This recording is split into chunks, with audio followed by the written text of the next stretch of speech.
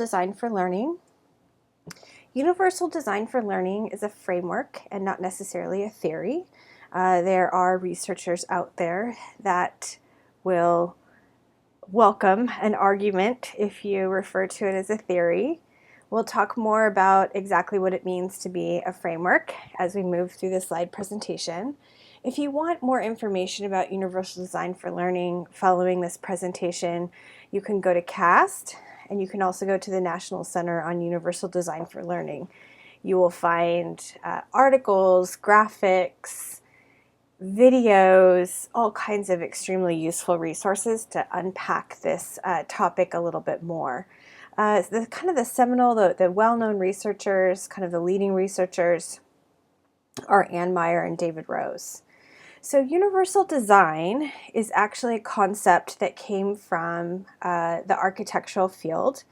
One of the examples of universal design are curb cuts. So there was a time when cities were deciding to install curb cuts. Many cities have curb cuts. Many cities are in the process of installing curb cuts. For me, I live on the east side of Portland. We are in the process of installing curb cuts. They are not present at every curb.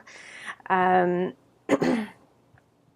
what happened was, as we were starting to install curb cuts, individuals who were blind didn't want them. They would be walking down the sidewalk with their cane, and the curb would signal to them that there was a curb and that there was a street in front of them and to not walk into the street. So with the curb cut, this could be a little bit more subtle, and they could potentially find themselves in the middle of traffic unknowingly. So, of course, individuals with wheelchairs needed curb cuts in order to basically safely get off the curb. Again, here in southeast Portland, I've seen some curbs that are extremely high. I've shoved my children's stroller over one of them and broke the bottom of it in half. So, curb cuts being extremely necessary to provide accessibility for individuals with wheelchairs. So what happened as a result is they ended up agreeing on a design. You can see the yellow here. It's yellow, meaning if I have low vision, I would be able to see it. It's also got raised circles or bumps on it, so that when I'm walking down the street with a cane, if I'm visually impaired, I'm going to feel those raised bumps, and I'm going to know that there's a curb cut. This design helped many other users, right? It helped individuals with strollers, people like myself. It might also help individuals who are ambulatory but have difficulty stepping up onto a curb, maybe individuals who have hip problems. It's also a great visual reference point for children when you're teaching them where to stop when they're running down the street so they don't run into traffic. So universal design is based on this idea that when we think about multiple users, then we're able to design from the beginning for multiple users. We're also able to design in a way that is more cost effective than going back later and having to remodel for a new user. So universal design, again, from the architectural field, is based on 7 principles. Each one of these are hyperlinked if you want to dig a little bit deeper into each one. But this idea of equability of use, so we want a broad, wide amount of people to be able to use what it is that we design.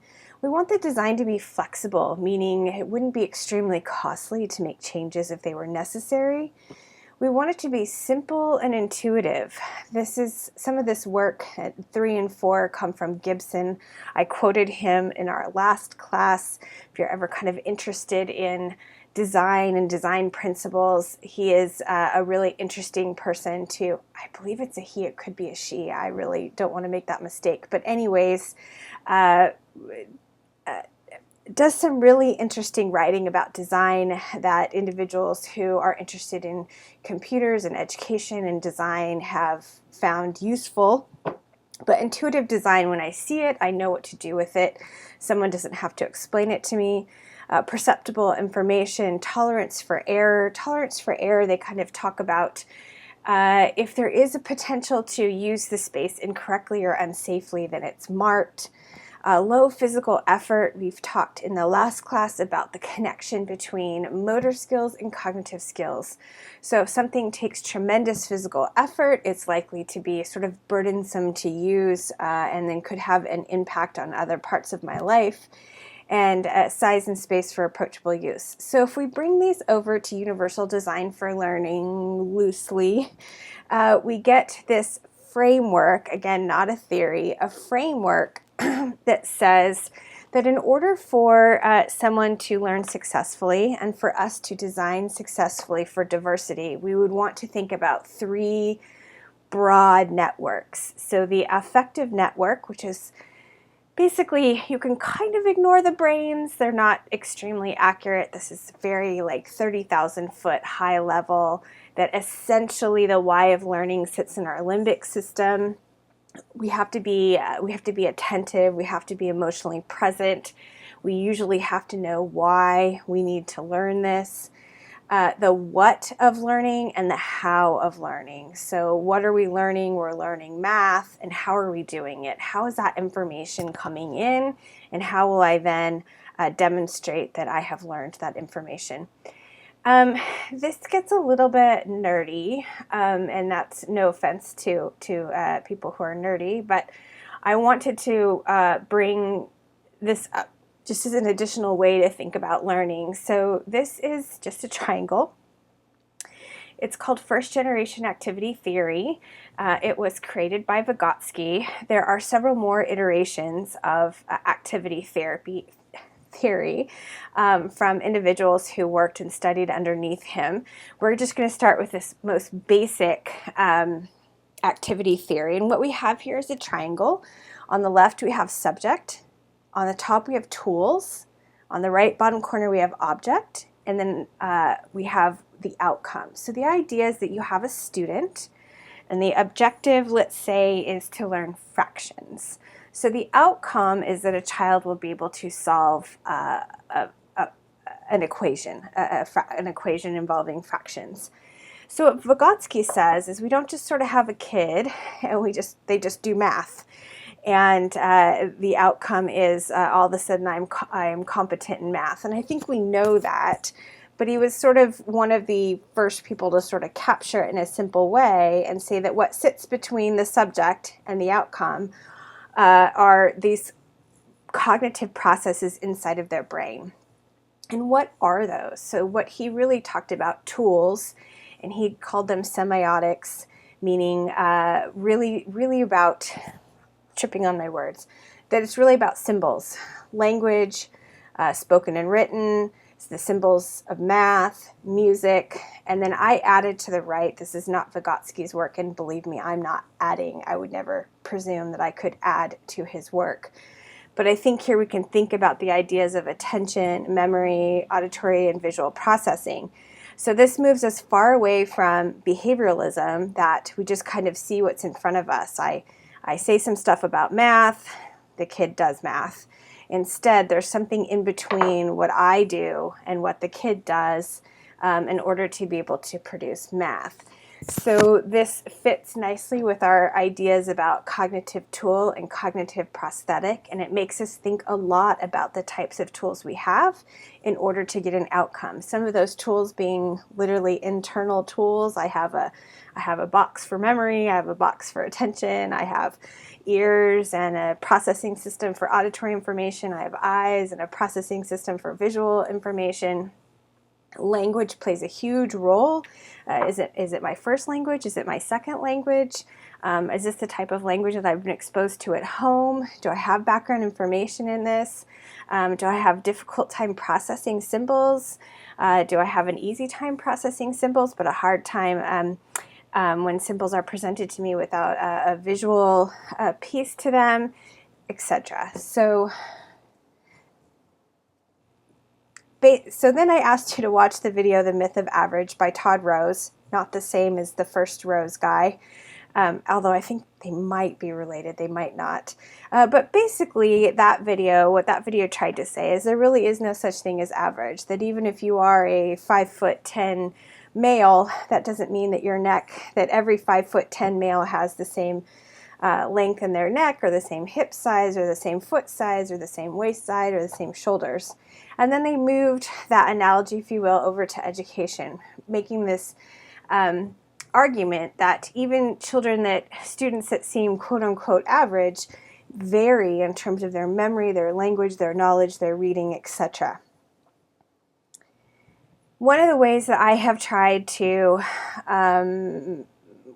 come up with a graphic to understand this better, I think of this as sort of a bike lock, those kind of bike locks that have the numbers. You have to turn it, is it 2, 8, 7, 6, 4, and the bike lock opens. So thinking about these as sort of dials that move. You can be higher in strength. This can be a strength or your weakness, that every single person would vary in terms of these different cognitive processes. So some of us have, extremely good memory. Some of us don't. Some of us have really good language. Some of us don't. Background knowledge, attention, and that these could even potentially change depending on the types of learning situations that we're in. So I'll go back really quick. So how does this come back to first generation activity theory? It comes back to this idea that the tools that each child brings to the task vary significantly. And this is where we can play a huge role with accommodations, assistive technology, great pedagogy, great curriculum, and great learning environments in order to support the diversity that is in our classrooms. Okay, so universal design and practice. What I did is I took a common core state standard. I took a third grade literacy writing standard. It's here in red. Write opinion pieces on topics or text, supporting a point of view with, I can't fix that. I'll fix it later. With reasons, I think is all that says. So basically, they want you to be able to support a point of view. What I really want you to think about in the Common Core State Standards, which I think have gotten an extremely bum rap in the media, I think it's one of the biggest media fails, is that the Common Core State Standards are actually quite high level, and they do not tell you anything about how to teach. When we see these board meetings where a mom is standing or a dad is standing in front of the board and they're talking about this insane way that children are being asked to do new math, that doesn't have anything to do with the Common Core State Standards. That actually has to do with research that supports that there are better and more efficient ways to learn math. But they've been associated with the Common Core State Standards, which instead tell you what you're teaching to, but not how you teach to them. So one of the things you really want to think about if you're going to engage in universal design for learning and practice is what are the non-negotiables in this standard, and then what are the flexibilities. So the non-negotiables is they need to write in some way, express an opinion, right? And they need to have reasons, so more than one. So I need to get a kid to write, I can choose the topic. It doesn't say whether I choose the topic or they choose the topic. It doesn't say what their opinion needs to be. It says write, but I think we could take write pretty loosely. That means I could write it with a pencil. It means I could type it with a keyboard. It means I could use voice typing. It means I might even be able to, at the beginning, do sort of a fill in the blank into a scaffold or some other types of supports that I could do that would still be working toward this standard. So what UDL then says is that we need to provide multiple means of representation. So basically multiple means of how we are going to teach to this standard. And then we need to give multiple means of expression, multiple ways in which our students will express what they know about this standard. And then to me, this multiple means of engagement kind of sits at the top of that triangle, Vygotsky's, and again, this is all my interpretation of how that chat triangle, that first generation activity theory triangle might be helpful, is what do I need to do inside that child's head in order to be able to get stuff in and stuff out. So something's got to happen inside their brain in order for us to actually internalize the learning and be able to use it in other settings. So multiple means of representation. So I'm just kind of thinking about this writing standard, and this would be a great activity if we're meeting at a class to pick grade level standards at all different grades and start to unpack them in terms of these 3 boxes. And this is certainly something that you could be doing going forward when you're teaching to standards. How do I break this up and make sure that I am designing a lesson from the beginning that allows for the diversity in my classroom to all be able to benefit from what my instruction and be able to demonstrate what they know. And then of course, somewhere in the middle right there, actually engage in some kind of deep learning that lasts long after the instruction is over. So multiple means of representation. So first of all, I could give examples, and I could give these examples verbally. I could give these examples in writing. I could give them verbally and written, which would be redundant and an excellent way to teach. I could give non-examples, right? I could have kids pick. I could give silly examples supporting the reason why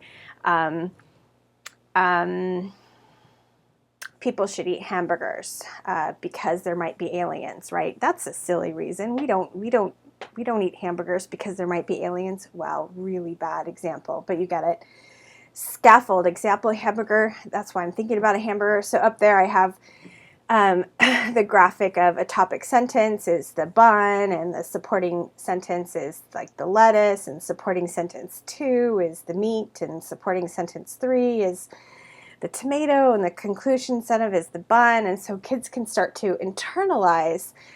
They can practice it first, have it written out for them, and then later internalize, how to write a good paragraph.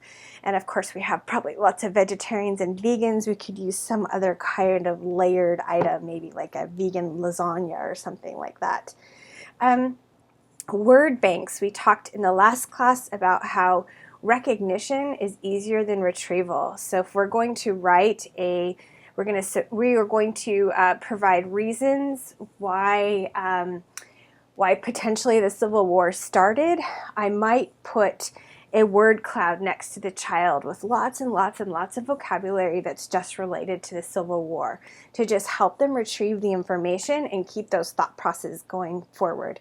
Sentence frames, right? I could start with something extremely supportive and then slowly pull those away. I can identify details in a highlighter, so we could look at examples where kids have to go through and highlight. You can see that assistive technology is often just good teaching, but sometimes kids need that good teaching long after those scaffolds have been pulled away for other students.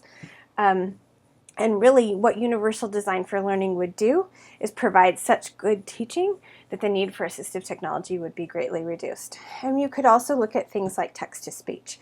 So if I'm going to ask children to read examples, I might allow them to have access to text-to-speech. So I offload sort of the decoding, because what I really want in that lesson is for them to really be thinking about and have a lot of access to higher level cognitive processes in order to be able to understand the examples that I'm trying to give them. So nowhere in the standard does it say that I can't use Google typing, that I can't use text-to-speech, that I can't use multiple examples, right? So really think again about what are the non-negotiables in the standard and what are the negotiables. So multiple ways to express it. So it does say I need to write here, and we're going to use write in air quotes. So I can write it, I could draw it and then write it, I could type it, I could voice type it, I could use PowerPoint presentation or Google Slides to sort of build my argument first and then maybe write about it later. And I could use video, and maybe you can think of even more ways for me to express this. I could express it by talking to a peer first. There's lots of different things that I could do here. And then multiple means of engagement, choices, choices, choices. I can give children choices about when they write, about the physical space and where they write, and about what they write about. Can I, meaning the student, can I begin to master this standard by writing about something I know really well? Could I write about a movie I've seen, a video game, or something else that's connected to kid culture before you ask me to write something that's more abstract, again, like the Civil War? Giving the student the real world importance of the standard and relating it to their current experience. So, you could could easily watch a short clip on the news. You could pick two different media sites where one takes a topic and argues one side, and one takes the same topic and argues the other side. So really giving kids a sense of, this is the kind of information that I will be asked to think about every single day. I think commercials, I'm not really teaching you how to teach writing, but you could think about commercials. What's the commercial's argument? What are the reasons why you should buy this product? And then let's do some research. What are some reasons why you wouldn't buy this product, or that you would find an alternative product? So anyways, you get the whole, I know you know how to teach. But the idea of, there are multiple places here where we could easily support kids to engage in this third grade standard. All right, so Universal Design for Learning done well offers principles that allow teachers, curriculum writers, administrators, etc., to design to the edges, which is what Todd Rose argued in his video, The Myth of Average. And I heart that statement, designing to the edges. Increase meaningful access to high-quality general education curriculum and teaching environments. Reduce the need for often costly, individualized, often outside of the classroom, specially designed instruction, accommodations, modifications, specialized programs, and even assistive technologies. It does not, however, eliminate the need for individual assistive technologies, nor should it, for things like eyeglasses or hearing aids or wheelchairs, but it does create a climate and a culture where good tools support good learning, and the stigma of assistive technology is greatly reduced or eliminated. So I'm going to end with this excellent video and follow up with a second video on the domains of assistive technology. Enjoy.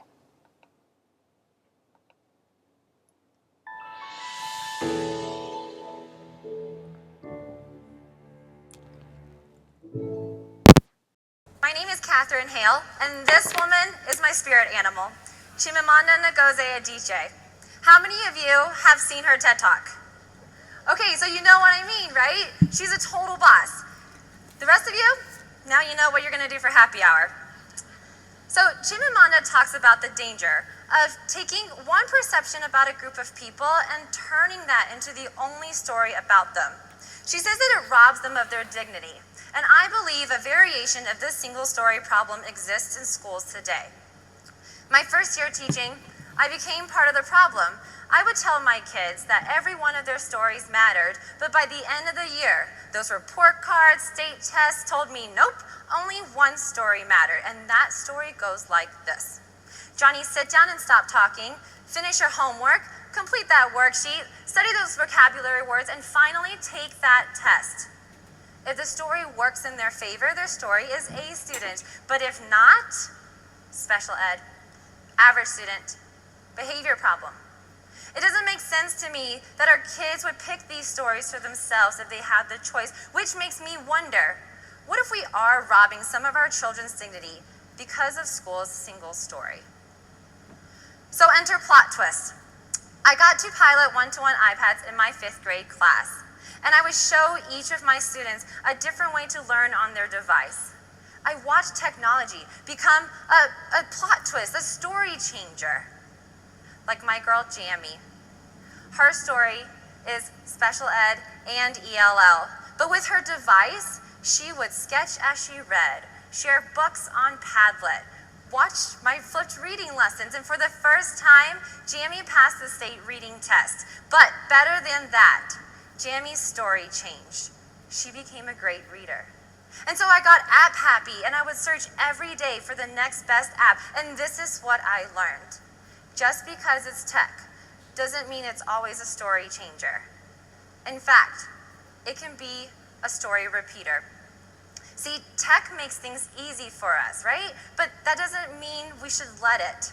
If we are not careful in how we use technology in schools today, we will repeat some of our children's stories.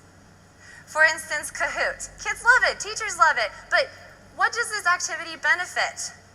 Does it change the story for the student who just needs a little bit more time to think? Or does it repeat the story, letting the fast thinkers, fast readers come out on top again? Or Quizlet. Love that there's new ways to learn vocab, but is this a story changer for the student who can't do rote memorization? Or is this a story repeater? So I'm not sharing this to accuse any of you of being a bad teacher. I'm sharing this because it seems like every day a new app comes out, and as teachers it's really hard to keep up. So I want to share with you some comforting advice. Sometimes the best digital tools are right under our nose. My student Eliezer. If you are a Star Wars fan, you would have loved him. This is his profile picture. His recurring story was bad speller, bad writer, and my impulse was to give him a spelling app or a writing game because I thought this will engage him, but that's not what he needed. Instead, I would teach him how to send me messages when he needed help and learn the benefits of autocorrect. Eliezer crushed it. He would be writing and learning sight words every day authentically because of this. And then technology became his secret weapon. In writing, he would take photos of my writing lesson so he could refer back to it. And he would voice record his story ideas so that he could take time with his writing and not forget his thoughts. With this combination of a learning management system, autocorrect, voice recorder, digital templates, and even Google Images, Eliezer became a writer. He came 3 points from passing the state writing test, and his story took a turn for success. So how?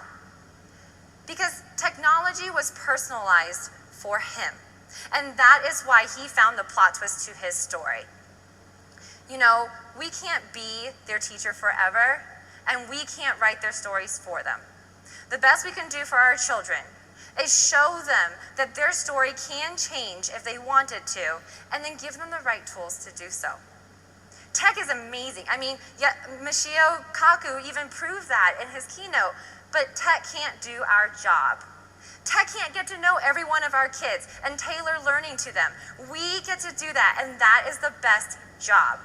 And so the solution to the single story problem in schools today is technology plus us. Don't use technology because it's cool. Use it because they deserve a better story. Use it thoughtfully. Use your expertise. And say to your students come fall, sweet, amazing student, you have the power to change your story. And let's get started today. Thank you.